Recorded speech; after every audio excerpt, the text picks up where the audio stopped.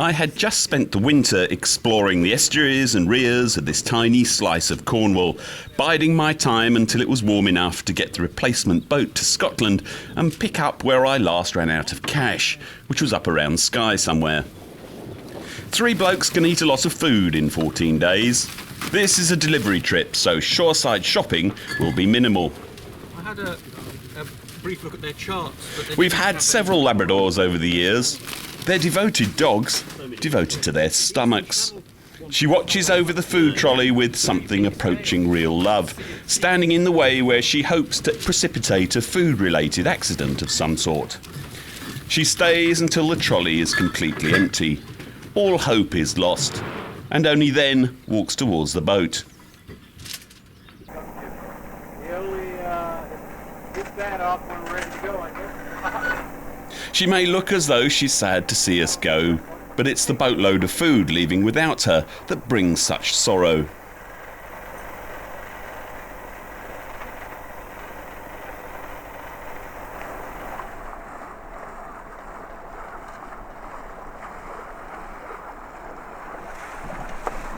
I've got 2 blokes with me, Ian and Barry.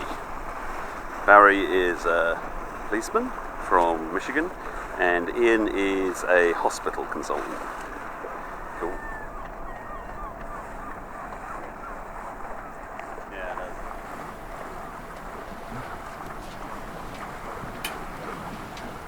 The lovely boats of the Carrick roads were soon left behind, and it was a pleasant enough sail along the coast. Sadly, by the time we passed the Lizard, what wind there was on the nose, and at dusk the Land's End tidal gate was due to close against us. Against the tide at Land's End in the dark is best avoided. Fear not, we motored safely round the end of England with an hour to spare on both light and tide, and then knuckled down to a short summer night slogging due north towards St David's Head. A night's watch with the whining Kubota nagging away at your ears can be a sanity-stretching experience. Thank God for ear defenders and noise-cancelling headphones. Nothing lasts forever, or so they say, although night watches under engine might be the exception. We were doing 3-hour watches with no dog, and as the cameraman on board I had bagged the dawn slot.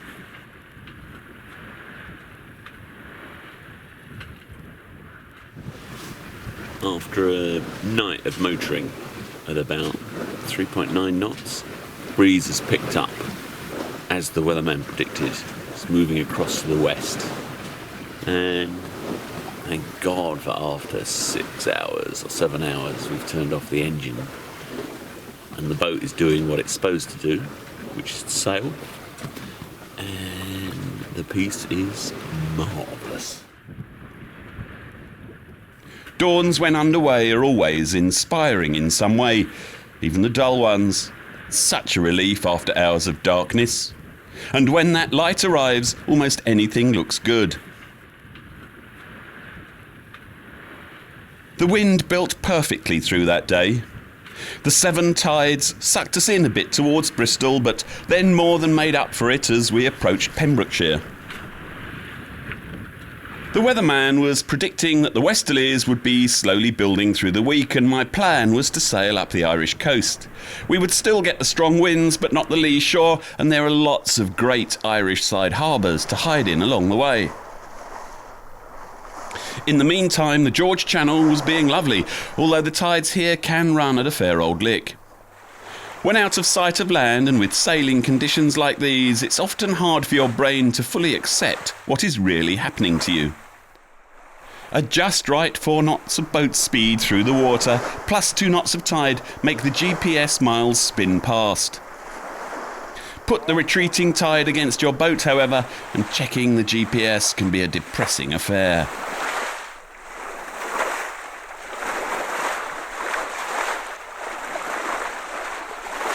I'm not really used to sailing with other men on board.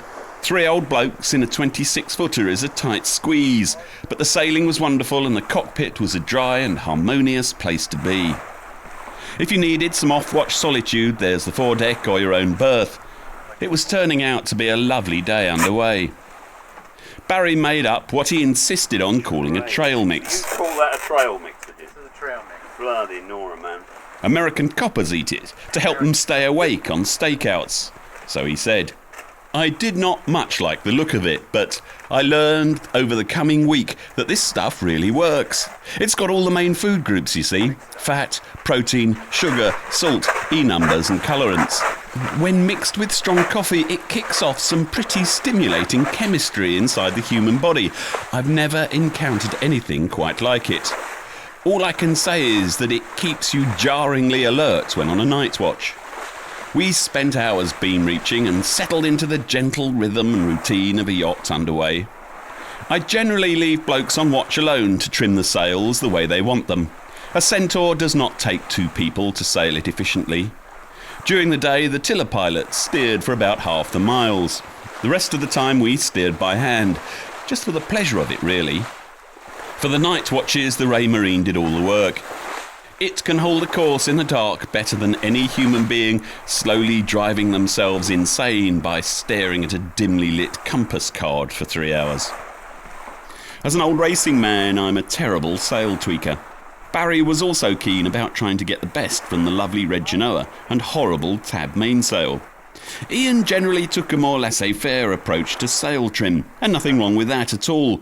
Who wants to listen to Genoa cars being moved around when you're trying to get some sleep below? 3 on and 6 off is a weird regime to try to get used to, but all 3 of us have spent several decades doing shift work. Me in studios, Barry in squad cars, and Ian in hospitals. Turns out that the American policeman and English pathologist had some excellent, slightly gruesome cockpit tales to tell. Interesting men who've led interesting lives. Their experiences have influenced their opinions on politics, the planet, humanity, food, the future, and above all, the importance of sailing and its clear benefits for the mental well-being of old blokes. Just after passing between Skomer and Grassholm, we started picking up dolphins, also heading north for the summer. They never come towards the boat with an exuberant display of jumping and splashing. They arrive cautiously, hesitantly, dare I say it, respectfully. The first time you become aware of their presence is often the odd graceful flash of pale underbelly in a passing wave. Then the occasional fin will break surface near the boat as they test the flows around the moving hull to see if it's suitable for their purposes. This was the end of May and the dolphins were on a bit of a mission. If you watch them, you can see how efficiently they ride the bow wave. They hardly need to flick a flipper or trim a fluke. I'm told that they prefer yachts to motorcraft. We go at the right speed and there's no engine running, which I assume must be an annoying thing if you have the hearing of a dolphin. I always turn the echo sounder off when they're about. It only seems polite to not be beeping at them all day like a perpetually reversing bin lorry. Hitching a ride like this works fine until you get too many dolphins for the size of the boat. Then the prime spots just ahead of the bow get a bit crowded. The microphone was picking up their squeaks, and certainly when viewed from deck level it looks and sounds very cooperative, as though they were taking turns. But who can guess what they're communicating to each other? Are the big ones just pushing the little ones out of the way? I'm sure that not all dolphin squeaks are expressions of love, peace, dream catchers and harmony to all mankind. Good boys, well done guys. The first-hand experience of watching them efficiently hitching a ride on the bow wave of a small sailing yacht blows any video version, no matter how well shot, out of the water. Barry has been sailing for as many years as I have. Lots of different boats and yachts, but always on the fresh waters of the tideless Great Lakes. So for him, up until now, sailing with dolphins is something he's only seen on video. And it's wonderful to see a man so happy and convinced that he made the right decision about spending his hard-earned coppers pension money on flying 2,000 miles to spend 2 weeks cooped up in a small old sailing boat with 2 men he'd never met. At one point we had about 12 dolphins jostling for position, but then a fishing boat came past and all but 3 of them abandoned us for a bigger, faster, but probably noisier ride.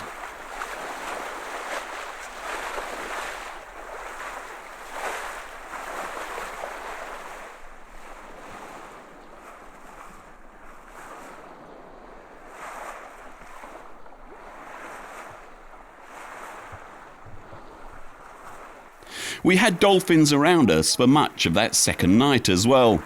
Not many stars, but that 10 to 12 knot wind on the beam kept it up, and the Centaur was chogging along at its usual 4 knots, which is where the hull is at its happiest. Here's a subject for a long cockpit discussion, even if it is with yourself alone in the dark. Do dolphins make the boat go slower? Hear me out. Water is effectively incompressible, so the dolphins are leaning on the boat, getting a push. Maybe it's only like a kid on a bike holding onto the wing mirror of a lorry. In some way, they are making the hull less efficient. Filming this way with a powerful torch didn't seem fair on them. They weren't following us for fun, just to make their travel more efficient. So I switched it off. After that, as I stood in the darkened cockpit, eating trail mix and sipping thermos flask coffee, I would catch a glimpse of shiny grey in the loom of the nav lights. I could hear and smell their sharp blasts of breath coming at me out of the darkness. I slept very well when off watch, loved the sound of the water passing the hull just inches from my head, feeling safe in the knowledge that there's a competent old bloke in the darkened cockpit jagged up on caffeine and E-numbers in Bazza's potent mix. Come my 3 a.m. watch, and the cold grey light of dawn, the dolphins had gone, but the wind was still with us. But nothing lasts forever, especially the good winds or good visibility, so on with the engine. The boat thinks it's doing 4 knots, 4.2 knots through the water, but there's 2 knots of tide against us. It's funny not being able to see it. We did far too many hours of motoring that day, so we decided to stop somewhere for the night. We motored straight for Arklow, which has a handsome and dead easy harbour entrance. After 3 days and 2 nights on board, we were all looking forward to a shower, a good walk and a top-notch nosh-up, plus Guinness. Arklow was once an industrial town, shipbuilding and chemical works. The river here was once the dirtiest in the British Isles. All gone now. The developers and yachtsmen have started moving in. They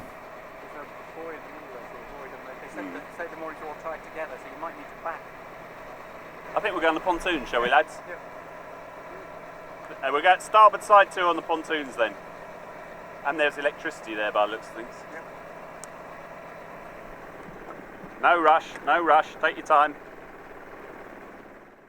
Barry was a bit worried as he'd only checked into the UK and not anywhere else in Europe. I assured him that the authorities in Arklow would not be a bit interested in 3 old blokes in a well-maintained elderly Centaur.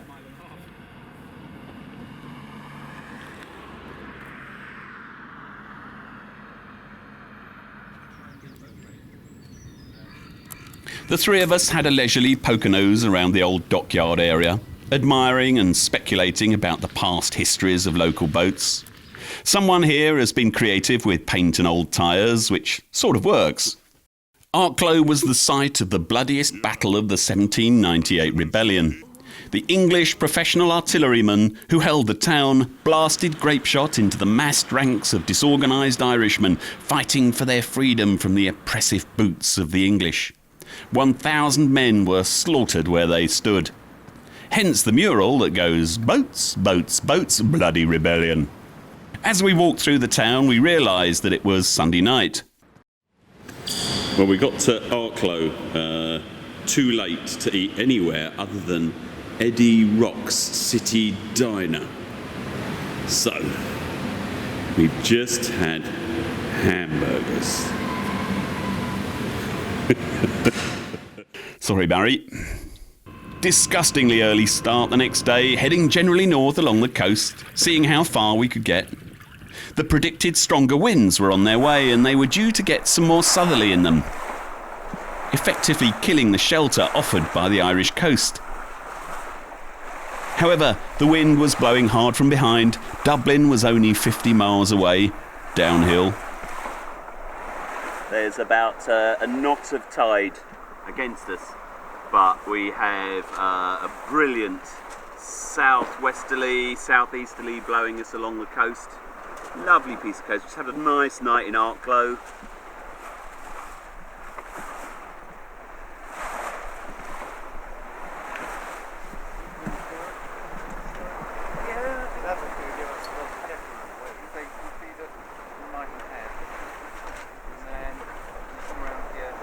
And that's cliffs, isn't it, look? I think so, isn't it? Quite steep sea cliffs. Where are we? On Mizenhead or Mizenhead.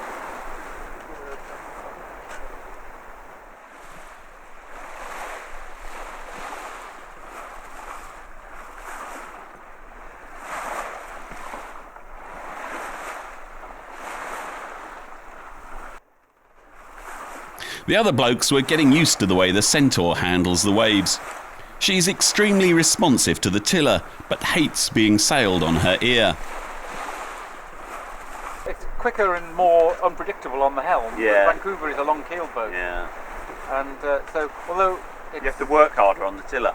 on the Vancouver, On here. yeah. Yeah. I mean, because you're steering a lot. 26 feet as well. At takes, 26 as feet, opposed she's to also a 34. bit shorter and therefore faster to react to a following wave than the long keelers. Both Barry and Ian are more used to sailing. I think the best dipping is 6-7 tons. Might be even 10. It's a heavy boat. Looking up at the sky. Yeah. All the things moving in front direction.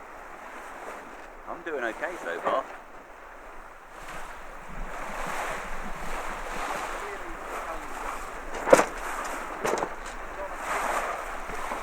It's odd to think that between the three of us, we now have a century of sailing experience.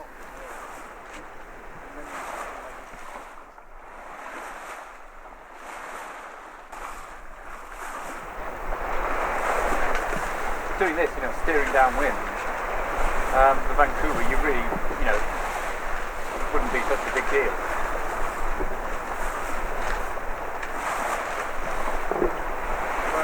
Bill's Moody 33 was a bilge keeler, and just like a giant version of history, it even has the sort of flared bow with bulges to give water out. And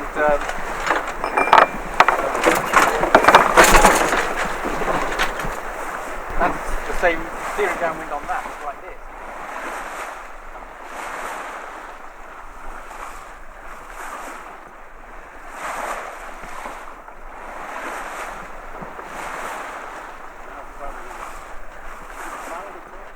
No, it's not much of a bay actually, but I think we've got enough ability to bear off as we come round this headland.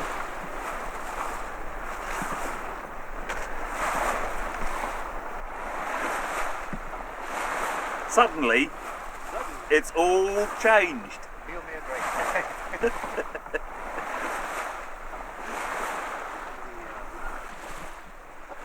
Wow, that is a transformation, isn't it? This was one of those sails when wind, sea state and good steering can get you a real mile-eater of a day, even in a Centaur.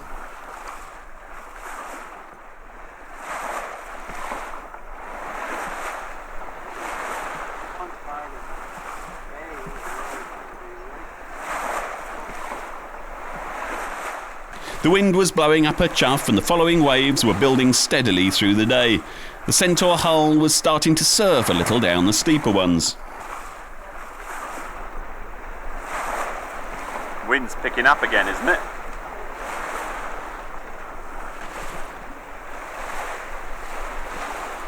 The log seldom fell below 5 knots for hour after surging hour. We rotated the job of steering more regularly as it became both more demanding but also more fun. Ireland was looking perfect, mysterious and brooding.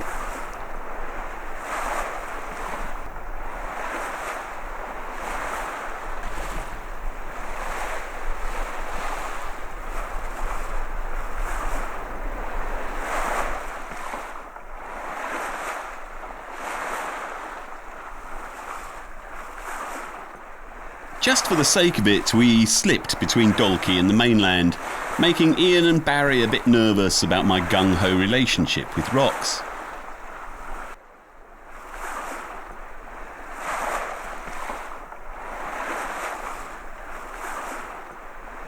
Dalkey was occupied 2,000 years before Christ. Since then, its main inhabitants have alternated between soldiers and monks. Now, no one lives there at all.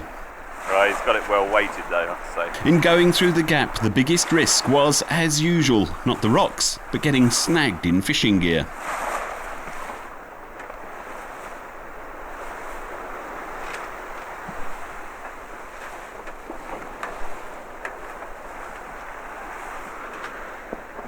"20 metres, no worries, boys."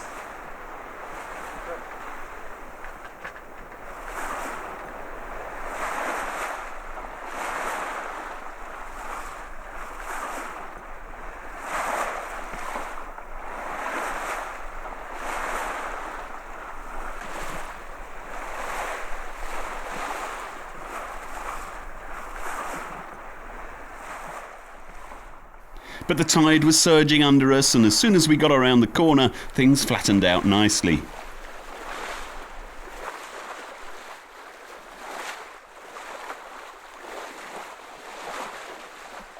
This is Loretto Abbey, all-girls Catholic school, founded in 1843, £4,000 per year fees.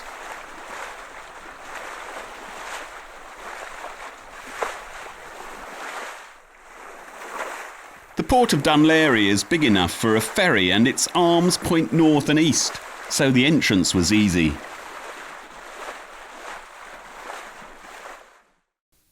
The marina is massive, designed to accommodate 1,000 yachts. And while the Celtic Tiger was raging, this place was chock-a-block with brand new, scoop-sterned, fancy 40-footers. But then reality hit the Eurozone, and the marina is now half empty. Or maybe that's half full. There's still lots of money around, just not quite as much as there once was. We ate on the boat and then went for a bit of a walk. There are virtually no old boats. All the boats are the same age. Just a few, just like this one, but very much the exception.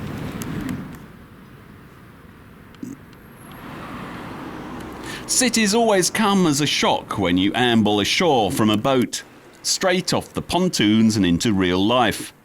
Man, it was busy.